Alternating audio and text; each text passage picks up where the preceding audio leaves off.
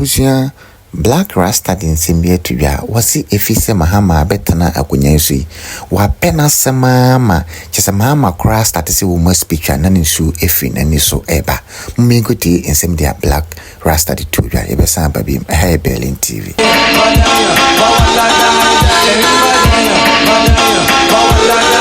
what da dang your ho what da dang and God dang your ho oh what da dang this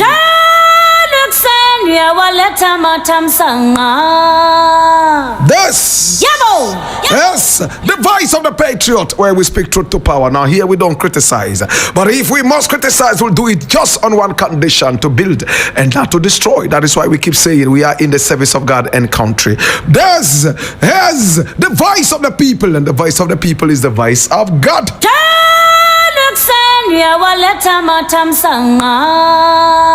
This is the future. My brother, my sister, and I'm most excited to be with you. We catch them young and we feed them with the food of patriotism, and when they grow, they shall never depart from that.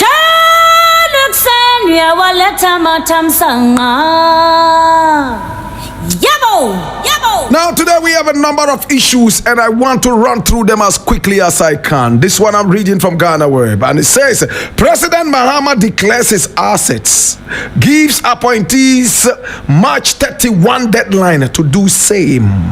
And I read President John Dramani Mahama on Tuesday, February 18, that is today, 2025, officially declared his assets in accordance with Article 286 of the 1992 Constitution of Ghana.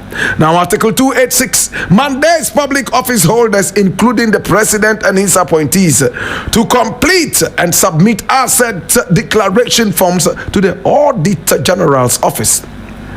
Now, presenting his asset declaration forms to the Auditor General, Johnson Kwamwa Asiedu, on Tuesday, President Mahama pointed out that the declaration is essential to Ghana's fight against corruption. He indicated that in the past he used to declare his assets in private, but has chosen to do so publicly as an example to appointees and other persons required to declare their assets. In times past, I would privately present these forms to the Auditor General in fulfillment of my statutory obligation. I have taken the step of presenting these forms publicly as a way of injecting some openness and transparency into the process of asset declaration. I have maintained that while it is all well and good to punish corruption, a more effective way of addressing the canker is preventing it from occurring in the first place, he said.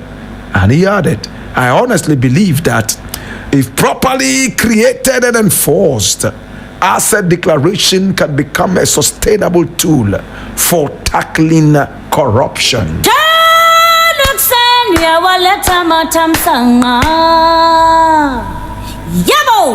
President Mahama does not cease to amaze me in the second coming. My brother, my sister, I have all of a sudden become a huge fan of the president. Unapologetically, can I just say that I am the biggest fan of this president? Knowing where this is coming from, I think you would appreciate it. Listen, man. This man was said to be one of the most corrupt leaders we ever had in this country, right? He was labeled as incompetent. His middle name became Dumso. He left office feeling so empty and dry.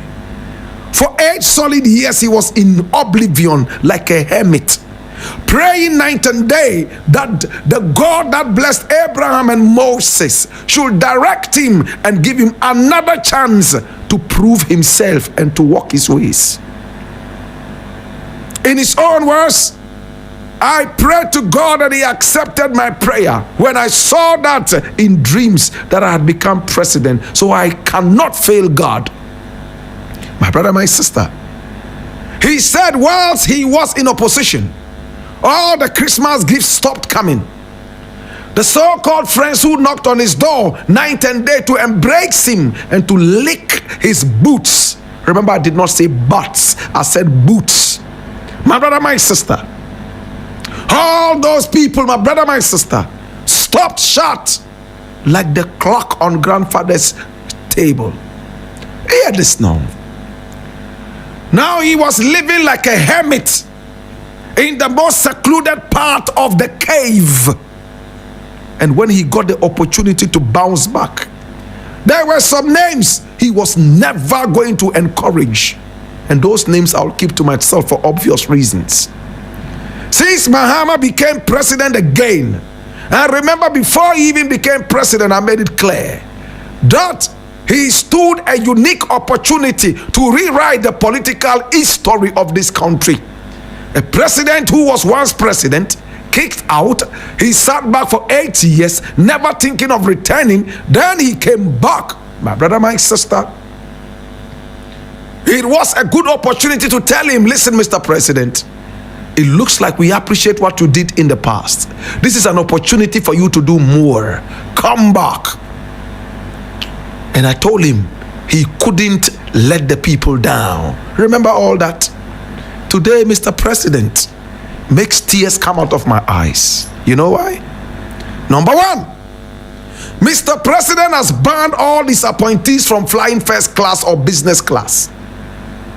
Number two, Mr. President has made it more than just clear, oh Lord God have mercy, that his appointees should be ready to be fired if they were in public to be arrogant, public service to be arrogant.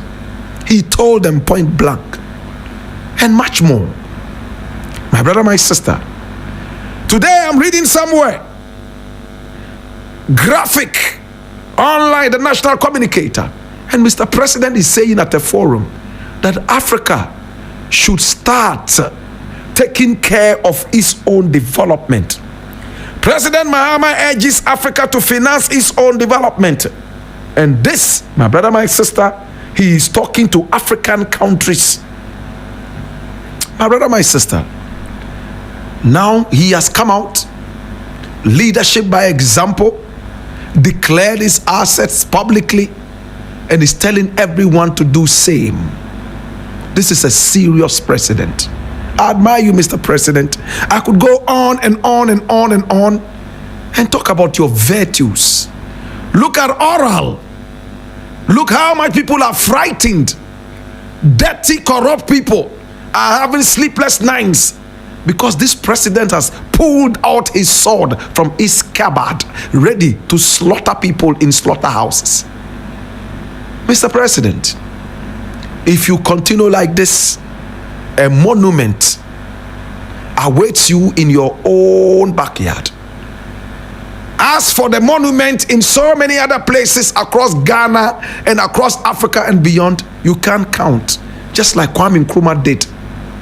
Mr. President, do everything in your power to live according to the whims and caprices, the dictates of the hearts of the populace. After all, they say the voice of the people is the voice of God. Remember, I am your biggest fan, Mr. President.